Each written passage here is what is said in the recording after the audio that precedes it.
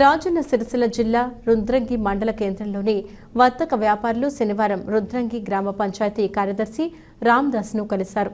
ఈ సందర్భంగా వర్తక వ్యాపారులు మాట్లాడుతూ గత వారం రోజుల కిందట గ్రామ పంచాయతీ చేపట్టిన వర్తక వ్యాపార ట్రేడ్ లైసెన్స్ గురించి మాట్లాడమని, ఎక్కడ లేని విధంగా ఈ మేజర్ గ్రామ పంచాయతీలోనే ట్రేడ్ లైసెన్స్ కోసం ఎక్కువ డబ్బులు చెల్లించవలసి వస్తుందని, చుట్టుపక్కల గల వేరే గ్రామాల దుకాణ లైసెన్స్ తక్కువగా ఉండటం, చిన్న చితక వ్యాపారులు కూడా అందరిలాగే లైసెన్స్ కోసం డబ్బులు కట్టడం ఇదెక్కడి న్యాయమని ప్రశ్నించారు. జిల్లాలోనే చిన్న మండలం, వ్యాపారం కూడా సరిగా లేని గ్రామం కావడంతో గ్రామ వ్యాపారులు ఈ విషయమై కార్యదర్శిని కలవడం జరిగిందన్నారు.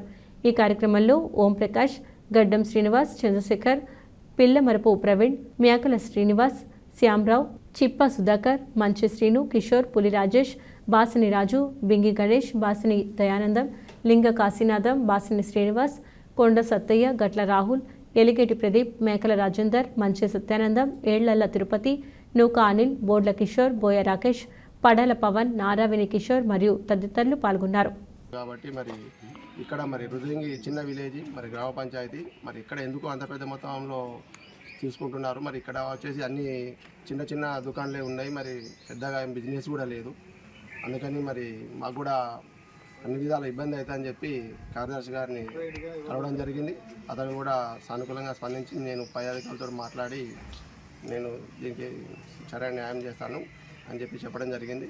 మరి ఎక్కడ కూడా సార్ కూడా మాకు కొన్ని ప్రూఫ్స్ తీసుకురామన్నాడు, తీసుకొచ్చాము. అక్కడ మున్సిపల్లోని వాళ్ళు కూడా 1100, 1200, 1000 రూపాయల లోపే కడుతున్నారు పెద్ద పెద్ద షాపులు. మరి మా దగ్గర వచ్చేసి అన్ని చిన్న చిన్న షాపులే ఉన్నాయి. మరి ప్రతి ఒక్క షాపుకు అందరికీ 2000, 3000 రూపాయలు అని చెప్పేసి అందులో చూపిస్తుంది. అది అంత పెద్ద మొత్తంలో కట్టడం వీలు కాదు కాబట్టి ఒకసారి కార్యదర్శి గారిని కలిసి మాట్లాడడం జరిగింది. అతను సానుకూలంగా సందేశం